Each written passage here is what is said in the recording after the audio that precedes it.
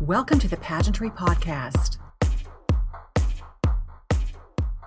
And today's very special and exciting guest on the Pageantry Podcast is none other than your newly crowned Miss Universe 2019, Zozibini Tunzi.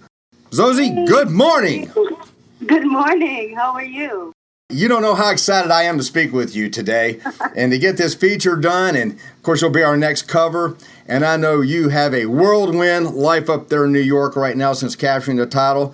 So if you're ready, we'll jump right into the interview. I'm ready. You're only the third woman from South Africa to capture the crown of Miss Universe. What has the reaction been from home? Well, I think everyone is still losing their mind. It's been a week, but it's still so fresh in their mind because I think everyone's just so proud. And South Africa is really a country that celebrates each other's victories because when we go out to represent our countries, it's never really about ourselves, but about everyone else. So everyone's still excited about it. Much has been made of your decision to compete with natural hair. What would you say to those who recommended otherwise? I think for me, it's just been such a crazy conversation to have because this is my hair. This is how I was born to look. And so when I had those conversations, I was taken aback a little because it is the way that I look and it's who I am. But yeah, I did get advice to put on a weave or to put on extensions because I guess it is the standard norm of what beauty has been seen to be in the past. But yeah, what I would tell them is that being your authentic self is really, the best thing you can do for yourself. But this is not to say anything about people who do put on extensions because if they feel like they identify best with themselves when they have weaves, then I think that's absolutely perfect too. Mm-hmm. You mentioned that you wanted other young women to see their reflection in you. Can you explain that a little more? I like to say that we cannot be what we cannot see. And what that means to me is when I grew up, I didn't really see women who looked like myself represented as much in media or in corporate or in politics. And it does something to your self-confidence as a child when you cannot relate to people. Mm-hmm. And so that's what I meant when I said I want them to see their faces reflected in mine. I want them to know that they too are capable of achieving great things in life, regardless of their background, regardless of how they look like. It doesn't even have to be an issue of race, but it just has to be an issue of feeling different and feeling like you don't belong in spaces. So what I was saying is you actually do belong. And of course, when I wrote these questions, there were 4 major titles, and now we have 5 major titles that are now black women. How does that make you feel? I feel so honored to be a part of such a fantastic group of women, especially women who have been underrepresented in the past before. Seeing as the world has always been so racially divided so much in the past, I think now we're finally moving forward to a place of, unity and saying here are women who have been misrepresented or underrepresented before, taking up these leadership positions of, not only beauty, but intelligence as well. I think it's a fabulous thing to be happening at this time. In your home country, as one of 4 sisters, where do you fall in age? I'm the second one of my sisters. So I have 1 big sister and 2 little sisters. And do any of your other sisters model? No, they don't. None of them do. I never really modeled much either because I just went to school and I was a bit of a nerd and I was doing my internship in PR as well. So I never really got into modeling. I don't have any modeling experience and neither do they. Well, how has your move been to New York?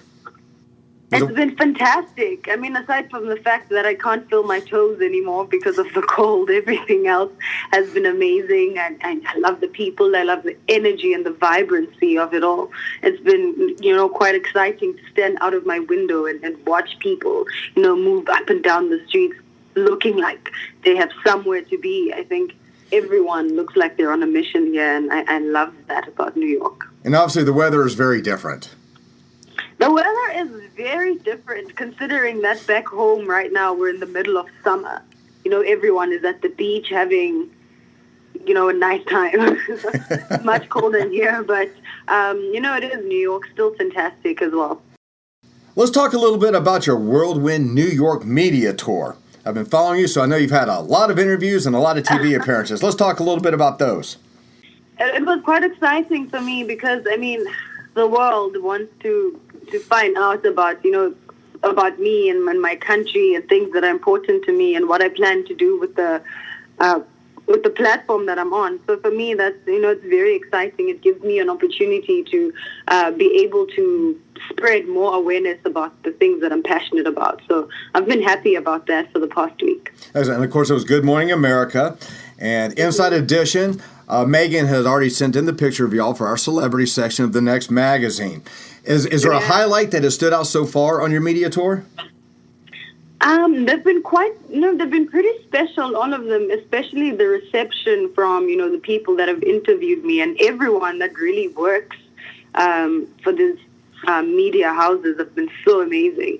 So it's quite difficult for me to really pick a special, moment and interview for me.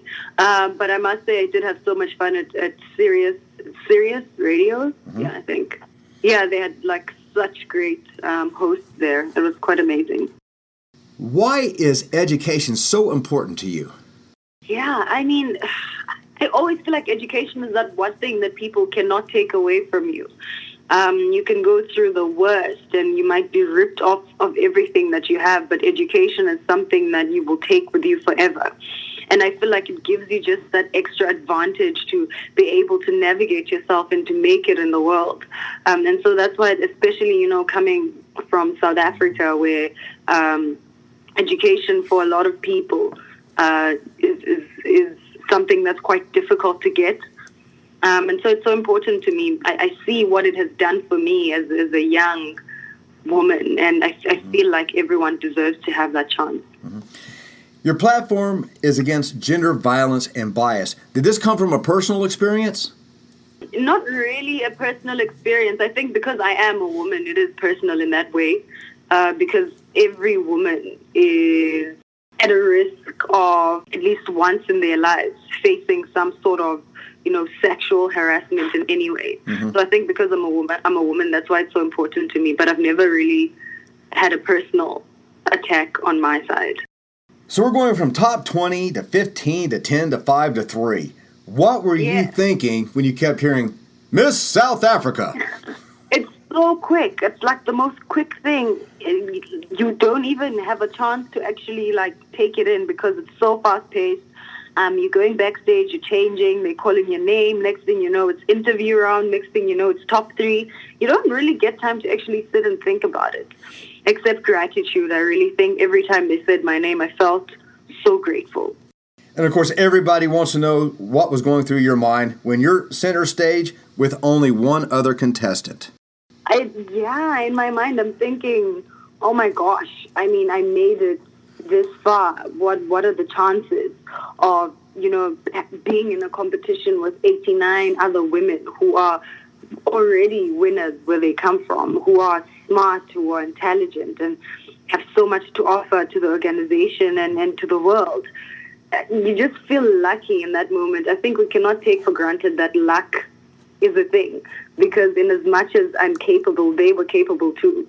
But I guess it was my time, and we have to give it to luck as well, and just the universe coming together and saying, this is my time. Mm-hmm. So it was quite a moment of gratitude. I think I felt grateful most of the time for that whole competition. Perfect. Are you still performing your daily affirmation in the morning? Yes, I am. I really do. It doesn't stop, just because now I won Miss Universe. I still have to wake up every day and remind myself of my purpose, and remind myself that I'm worthy of this crown and being Miss Universe. So definitely daily affirmations are still happening. As a worldwide role model who has made history, what would you like others to know about you personally? Oh, personally, I want them to know that I haven't always been this confident, because I know sometimes I do come across as confident and maybe I have it all figured out. I don't have it all figured out. I wake up every day and I try to navigate each day as it comes. And I have my own insecurities as well that I've had growing up that I still have even now. So it's just to say that, I'm not perfect. I'm just as human as the next other person. And I know we're only into our second week as you being Miss Universe. Do you have a goal as Miss Universe 2019?